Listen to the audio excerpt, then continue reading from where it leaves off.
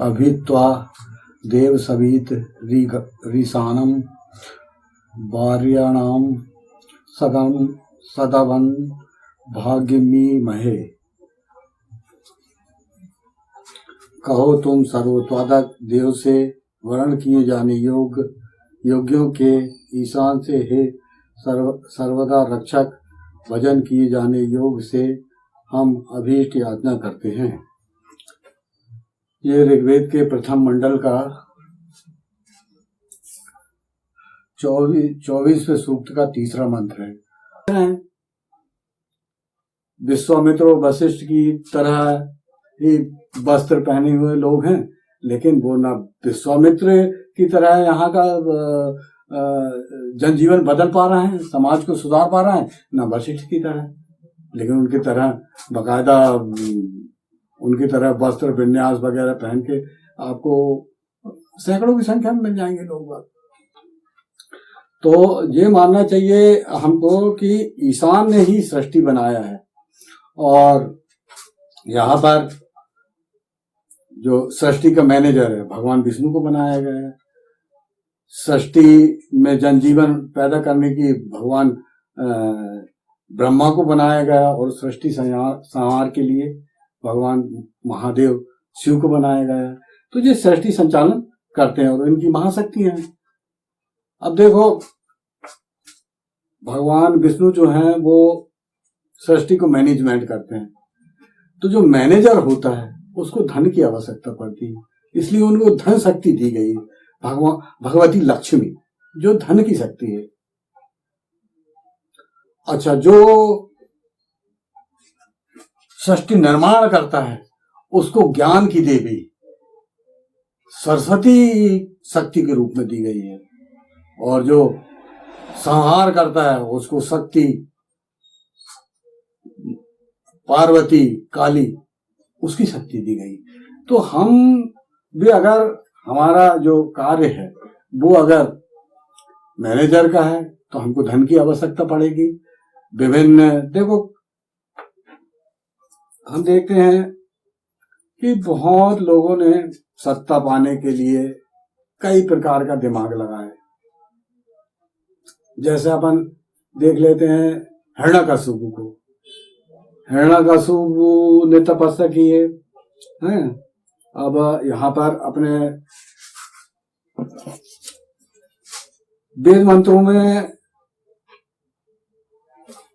जो उनके गुरु होते थे तो वो बता देते थे कि किस मंत्र का जाप करने से, और उनके वेद मंत्रों के बकायदा ऋषि होते थे, फिर उनके देवता होते थे, छंद होता था और स्वर होता था। तो उस वैज्ञानिक पद्धति से, जैसे कि अब मान लो हम एक विज्ञान के विद्यार्थी अच्छी तरह जानता है कि संतृप्त घोल कैसे बनाना है। संतृप्त घोल उसको कहते हैं, मान लो कि नमक का आपको संतृप्त घोल बनाना है, तो नमक को तब तक उस पानी में आप डालते जाओगे जबकि एक अवस्था जो आएगी उसकी नमक की घुलने की अवस्था खत्म हो जाएगी, उसको कहते हैं संतृप्त घोल। इसी प्रकार इन मंत्रों का वो गुरु जो है बताते थे कि किस छंद में, किस स्वर में, कब तक आपको उस मंत्र का जाप करना है, तब उन तत्वों से आपकी आवृत्ति मिल जाएगी और वो शक्तियां आपको प्राप्त हो जाएगी, जो कि आज वो ज्ञान है नहीं। लेकिन ऐसा नहीं है कि शास्त्रों में आज भी है, उसको व्यवहारिक रूप में जब तक कोई परिणत नहीं करता तब तक आपको मालूम नहीं है। लोग जाप करते रहते हैं, लाखों लोग की संख्या में लोग जाप करते हैं, लेकिन वो शक्तियां उनको प्राप्त ही नहीं है। तो जब तक आप उसको संतृप्त नहीं करोगे और वो स्वर रहे, छंद रहे हैं आपको, और उस देवता का आपका आह्वान रहे, तब आप संतृप्त, जब उससे आपकी फ्रिक्वेंसी मिल जाएगी तब वो शक्ति आपको प्राप्त होती है। हम देखते हैं कि वर्षों लोग एक आसन में बैठ के और इन मंत्रों का जाप करके और शक्तियां प्राप्त करते थे। हिरण्यकश्यप की बात कर रहे थे अपन। हिरण्यकश्यप ने शक्ति प्राप्त किया, पूरी पृथ्वी में अपनी सत्ता स्थापित करने के लिए उसने ऐसे वरदान प्राप्त किया कि वो किसी से भी उसका वध ना हो। ना मैं रात में मरूं ना दिन में मरूं, पूरा दिमाग लगाया, पूरा दिमाग खर्च किया उसने। लेकिन चूंकि सृष्टि का मैनेजर भगवान विष्णु है, तो भाई तुम किसी प्रकार के वरदान प्राप्त कर लो आग को समाप्त करने के लिए। उन्होंने योजना बनाया कि भाई ये रात दिन के बीच में शाम आती है, घर और बाहर के बीच में दहली आती है, नर से नहीं मरूंगा, पशु से नहीं मरूंगा तो नरसिंह से मरोगे, और रात में भी नहीं मरूंगा, दिन में नहीं मरोगे तो शाम को मरोगे। तो ऐसा मैनेजमेंट स्थापित करके और उनका नाश किया गया। अभी तो इतने बड़े शत्रु हैं नहीं, लेकिन उस समय सतयुग काल में इतने बड़े शत्रु पाए जाते थे, इतने शक्तिशाली होते थे।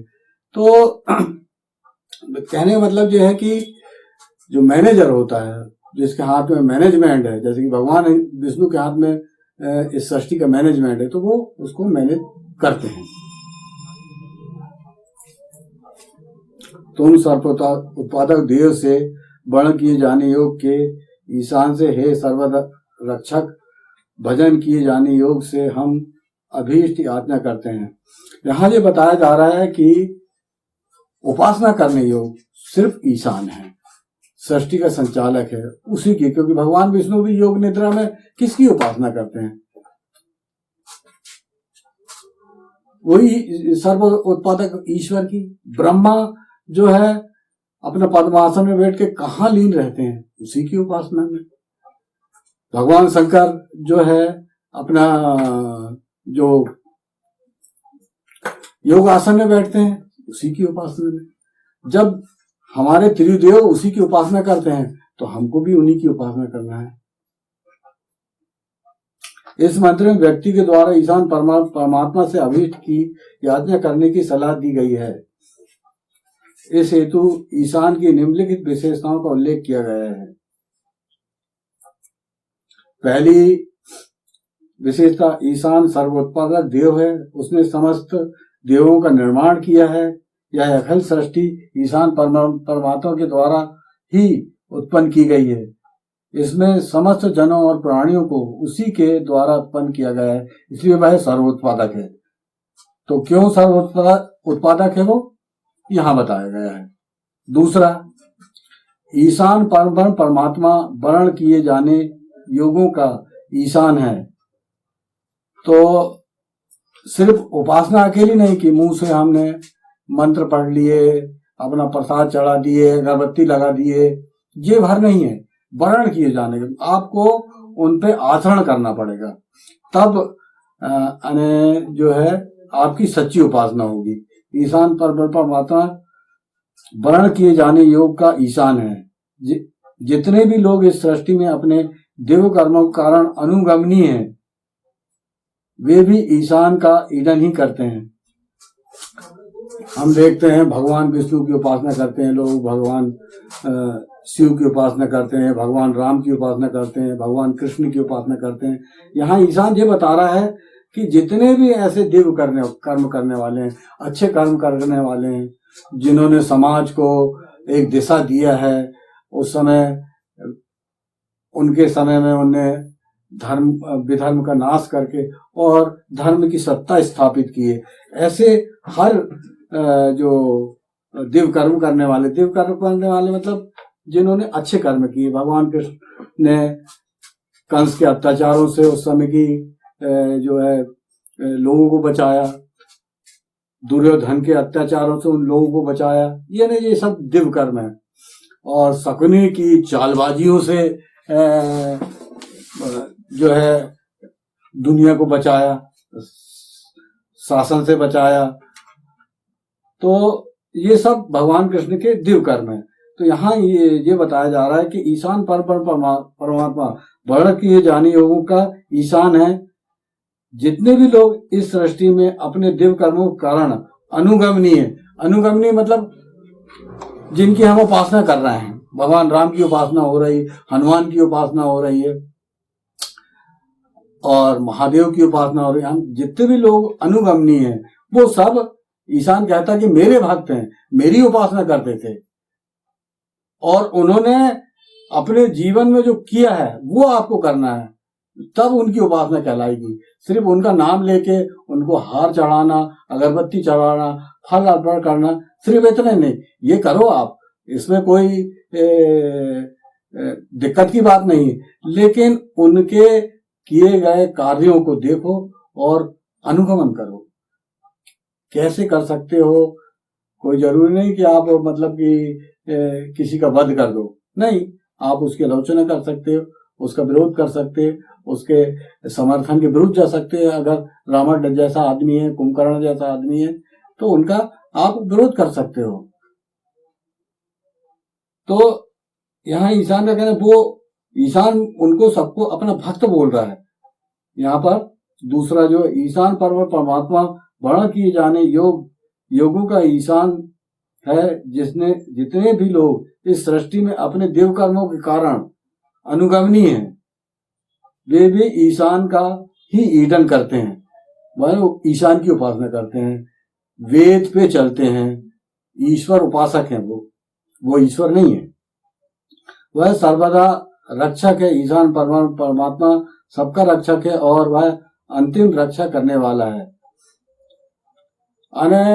यहाँ ईशान जी कह रहा है कि जब कोई आपकी रक्षा नहीं करेगा तो ईशान के सामने खड़े हो आप, वो आपकी रक्षा करेगा, अंतिम रक्षक है वो। ईशान ब्रह्म परमात्मा भजन किए जाने, यानी उपासना किए जाने योग वही है। उपयुक्त विशेषताओं के कारण ही ईशान परमात्मा से अभीष्ट आज्ञा की जानी चाहिए। जितने प्रकार की हमको याचना करना है वो ईश्वर से करना चाहिए हमको। और चूंकि वेद में हम ईशान से जोड़ने का तरीका क्या है? वेद है। आपको वेद में सारी समस्याओं का हल, दुनिया की जितनी भी समस्याएं हैं सबका हल वेद में ऑलरेडी ईशान ने बता चुका है। आप वेद उठा के तो देखो, वेद कोई कठिन नहीं है, सरल है एकदम। और ये आप सोच के देखो, जिसने सृष्टि बनाया, आपको बनाया है, तो उसने कैसा बनाया आपको, आपसे बेहतर वो जानता है। इसलिए वेद की रचना आपके लिए की है, जनेभ्य कहा है वेद को, जनों के लिए है। इसलिए आप जो मान के मत चलो कि वेद कठिन है, आप वेद से जुड़ो। जो पाश्चात्यों ने जो भाष्य किया है, बहुत सारे हैं अंग्रेज जिन्होंने मतलब कि वेद को समझने की कोशिश किया है और उसमें जो है कुछ भी भाष्य कर दिया उन्होंने, तो उससे बचने की जरूरत है।